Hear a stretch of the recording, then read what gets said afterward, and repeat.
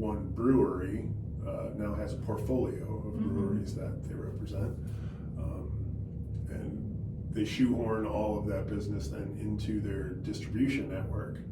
So whereas like Hop Slam from Bell's used to get a great focus every year, and it was like allocated. You had to reserve your keg, and if you wanted Hop Slam, you better be pouring, Best Brown and Lager of the Lakes and Two Hearted and Oberon. You want those 2 kegs of Hop Slam. Okay. It's like Goose Island did the same thing with Bourbon County for a long time. So if you want Bourbon County, you better sell a lot of Goose IPA and a lot of Honkers Ale. And that's all fine and good when you're little and you're scrapping. But when you're a big brewing company with 40 different SKUs or 50 different SKUs, the retailer looks at you like, are you nuts? Like, I'm going to do what I want to do, and you're just another face in the crowd. So as like the leaders in the industry have consolidated, you lose a lot when that happens, because those big breweries do a lot for us, for small breweries.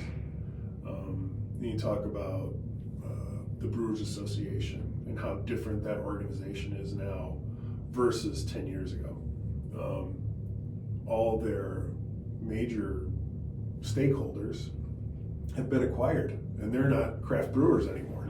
So they're not in the trade alliance.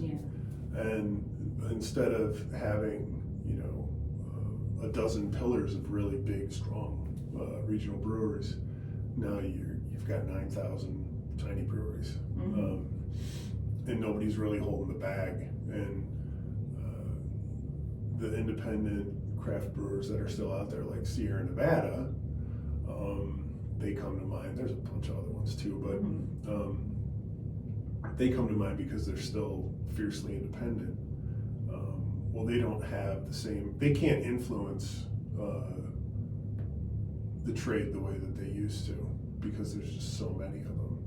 So like the whole landscape has changed. And for a time it was like, when I first started New Oberpfalz, to some extent I felt like we were part of a movement. That we were all trying to make great beer and trying to bring these experiences of like flavor and quality and community to our beer drinkers. And you'd be hard pressed to find that now. Like, that feeling doesn't exist. I mean, it exists for me because it's something that we're still trying to do, but I don't feel that camaraderie that I used to feel. So like at a craft brewers conference, I ended up